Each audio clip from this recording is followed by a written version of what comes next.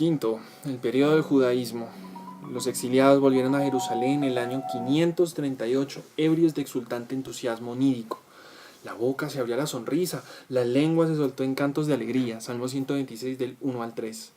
Pero la restauración política y religiosa de Israel, una vez en su patria, fue más problemática de lo previsto. Transcurrirán varias decenas de años antes de que se reconstruya el templo, y apenas reconstruido, los viejos no podrán menos de lamentarse del perdido esplendor del antiguo. Esdras 3 del 12 al 13, Ageo del 2 al 3. La reedificación de las murallas de la ciudad es para defensa de enemigos externos, pero una verdadera independencia política nunca más volverá.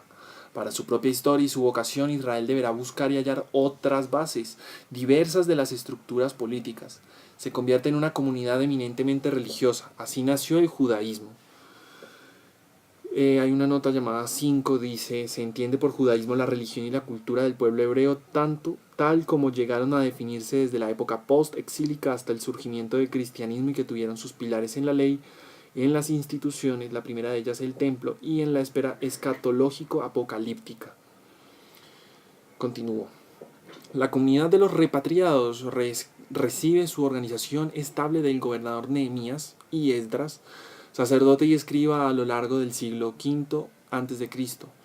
Ni tampoco le falta ayuda de algunos profetas: Ageos, Zacarías, capítulo del 1 al 8, el trito Isaías, 56 al 66, Isaías, Abdías, Joel, Malaquías, el Deuterozacarías, del capítulo 9 al 14.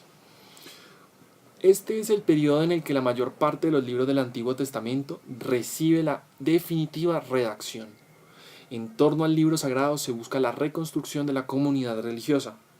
Con la fusión de las 4 tradiciones ya existentes, J, E, D, P, y tomando como base el trazado histórico de la tradición P, uno o varios redactores dan vida al actual Pentateuco, es decir, al conjunto de los 5 primeros libros del Antiguo Testamento: Génesis, Éxodo, Levítico, Deuteronomio y Números. A finales del siglo V a.C. nace la llamada obra del cronista, que comprende el libro 1 y 2 de las Crónicas, los libros de Esdras y Nehemías, y abarca como complejo literario el periodo más largo de la historia sagrada. Desde la creación, primero de Crónicas del 1 al 9, es una serie de genealogías desde Adán hasta David, hasta la reconstrucción del templo y la restauración del judaísmo. La intención de hacer historia no es ajena al cronista, pero lo que él pretende ante todo es dar una justificación a los fundamentos de la vida judaica: la ley, que para él ya es el Pentateuco; las instituciones, que giran al culto y al sacerdocio jerárquico de Jerusalén; la esperanza, centradas en el Mesías davídico. Los mismos escritos de los profetas, tanto preexílicos como del exilio, sufren retoques e incorporaciones por obra de redactores. Después del exilio se desarrolla la literatura sapiencial. La recopilación de los salmos y de los proverbios se completa en torno a los antiguos núcleos. Se escribe en Job, el Eclesiastés o Cogelet, el Cantar de los Cantares, el Eclesiástico o Sirácida. Y dice: el libro de la sabiduría es el último libro en componerse, que fue escrito en lengua griega hacia el año 50 a.C.